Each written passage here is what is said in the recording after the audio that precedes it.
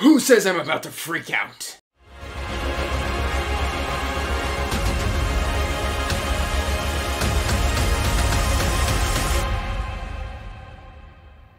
Hey everyone, welcome back to Andrew's Wizardly Reads, and as always guys, I'm Andrew, and today I have got the 2022 edition of the Mid Year book Freakout Tag. But before we get into that, make sure you like and subscribe, and check that description box down below for the link to the Wizardly Duo Discord, as well as links to all of my social media. And that's it guys, this is a pretty standard tag. I mean, I did this last year. I'll have that link in the description box down below.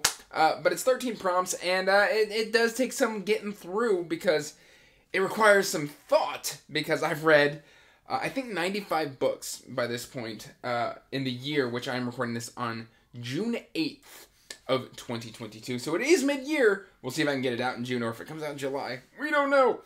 But guys, let's just hop right on into this tag and see what we can get done here. So, the best book that I have read so far in 2022. Well, like I said, I have read 95 books. And it is hard to choose a favorite. And there was multiples here that I could have chosen. And pretty much everything that's made this list is either a massive disappointment or something that I loved. And I decided to go with two SelfPub books that I've really, really loved and I still think about. And they both have griffins. And that's going to be The Iron Crown by L.L. McCree and A Touch of Light by Tiago Abdallah. Both of these have very interesting worlds. They both got griffins as magical creatures, which I absolutely love. And yeah, I'm just loving what these authors are doing. They are engaging reads. One is more engaged about, the characters and relationship, but they're still both have heavy political elements, combat, what have you. They are just rollicking good times. So the second prompt is, what is the best sequel that I have read this year? And honestly, I've read the majority of the Long Price Quartet this year, and each book builds upon the previous book. I did 4 live shows with a fantastic group of people. I will have that playlist linked in the description box down below as well if you want to check that out, where we go into full spoiler discussions on this series. The Long Price Quartet is really something special. I honestly wanted to hold up the Tawny Man trilogy as well by the amazing Robin Hobb. This is an absolute banger of a trilogy. I haven't quite finished of the Fitz and the Fool trilogy. Otherwise, it would be probably getting held up as well. But yes, I loved those books so much. Alright, number 3. Newest release that I haven't read yet, but I want to. That's going to be Kingdoms of Death by Christopher Rocchio. A, look at that cover. And B, I'm kind of just holding out because I think Ashes of Man is the 5th book. And I just kind of want to binge some Sun Eater, so I'm kind of holding myself back until that next book comes out, which I think comes out in December, and then I'll probably just binge both of these all at once, and then just dive right on in. So you can look forward to that, probably later this year. Alright, let's see, the most anticipated release for the second half of the year. This book comes out in August. I've already got a physical arc of it. I'm hoping to read it in July, and that's going to be The Warrior by Stephen Arion. And I absolutely loved The Coward, and I have nothing but good things to say about Stephen Arion, which will come up later in this tag. But yes, for me, it is going to be The Warrior. I recently just purchased and shelled out for the numbered edition of the Broken Bindings Quest for Heroes duology, which is The Warrior and The Coward. And so yeah, I absolutely loved that series, and I can't wait to dive into this arc. Alright, my biggest disappointment. Well, physically, it is going to be Witches Abroad by Terry Pratchett. I did not like the themes. This was pretty much a non-starter for me, and it's actually put me off of Discworld for a couple of months now. I'm starting to feel the itch to come back to Discworld, but Witches Abroad, other than a couple scenes, really did not work for me. I heard the next books are like a return to form from Weird Sisters, but man, Witches Abroad was just a huge miss for me, and I really wish that I'd just not read this one. It did not work for me. It was a non-starter. The theme and the ideas just didn't work for me. My next biggest disappointment is one that's not even out yet. I just DNF'd this arc.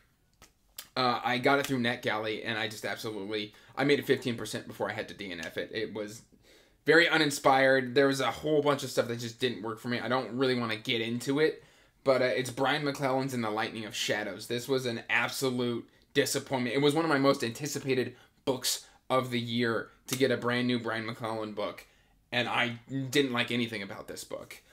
Pretty much from the prologue to, I believe I read through chapter 6, and I complained the entire time. Nothing there really worked for me, and unfortunately I just had to DNF it and move on. So that is probably a series I'm not going to be returning to. My disappointment is boundless, because that was one... I loved the Powder Mage trilogy, and I loved Of Gods and Powder by Brian McClellan, and so I was really looking forward to this as, like, you know, the next iteration, and like seeing him grow as an author, because each subsequent book in the Powder Mage trilogy I felt got better and better and better.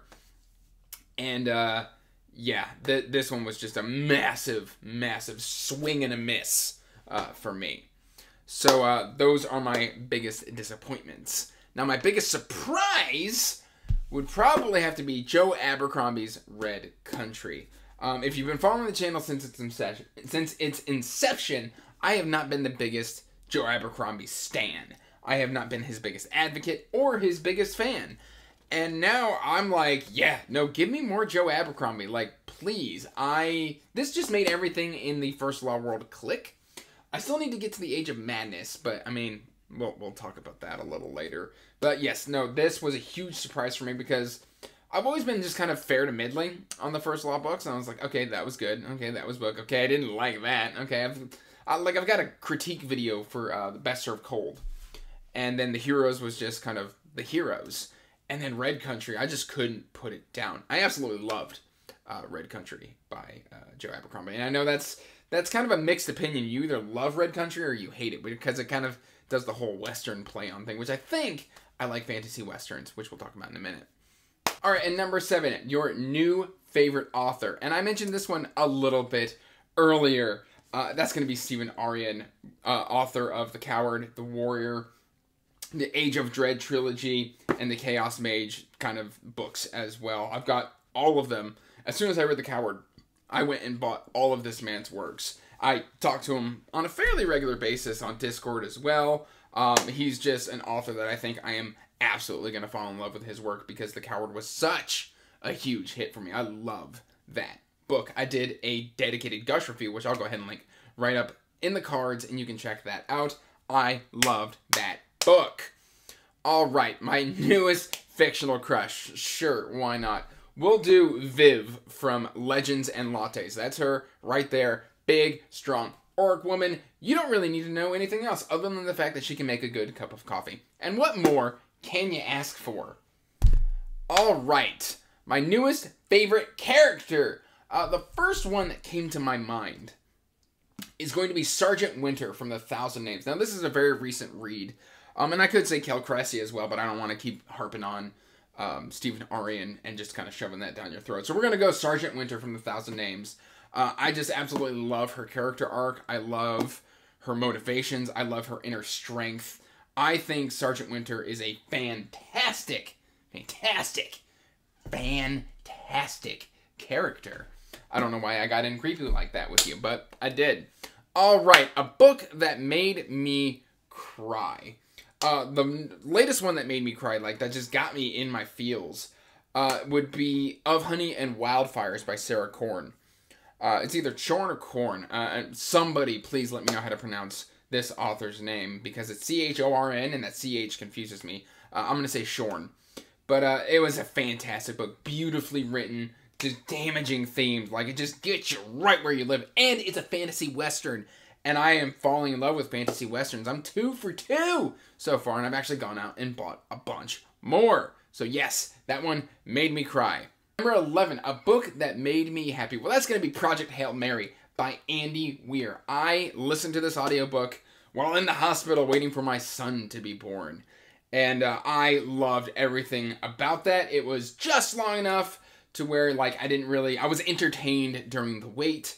And then I was, the book was over. I was there to be ready to be there for my wife, but I just had an amazing story about fighting against adversity and, fighting for life and all this sort of stuff. And it was just absolutely wonderful. Fantastic audiobook narrated by Ray Porter. I pretty much loved everything about it. So, yes, we're going to go Project Hail Mary. All right, the most beautiful book you've bought this year or received. Well, there's really only one book I could hold up. And this is the Easton Press edition of Magician by Raymond E. Feist. This is signed. It is bonded leather, gold foil, gilded edge, ribbon. I mean, it's signed by the author. It's authenticated on the year of my birthday last year. I got this for my birthday from a lot of great friends, and I just am I constantly look at this edition and just drool, just a little bit. Like, just a little bit of drool just kind of comes out of the mouth. This thing is beautiful. It's fantastic. And to everybody who pitched in for this for me, thank you so much. It means the world to me. All right, number 13. What books do you need to read by the end of the year? Just take a look around. Like, I mean, I've got let's just start pulling stuff. Like, I've got Gardens of the Stone I've got to get to. I've got, Jade Legacy, I have Green Bone Saga. I've got the Echo Saga I'm starting this year by Philip C. Quantrell. I've got The Black Coast by Mike Brooks. I've got Northern Wrath by Tilda Cold Holt. I've got Paternus by Dirk Ashton. Let's see, what else is within easy reach? Yes. Draconis Memoria by Anthony Ryan I would love to get to this year. Dawn Thief by James Barclay. Just so many great books. The Empire Trilogy by Raymond E. Feist and Jenny Warts. I would love to get to that. A whole bunch of Stephen King books. You name it. All of these Stephen Aryan books I would love to get to. And having read 95 books by this halfway point of the year, it's possible.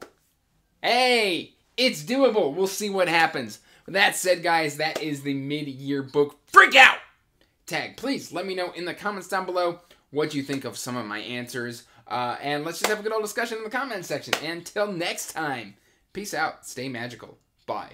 And as always, I want to give a huge thank you to my patrons.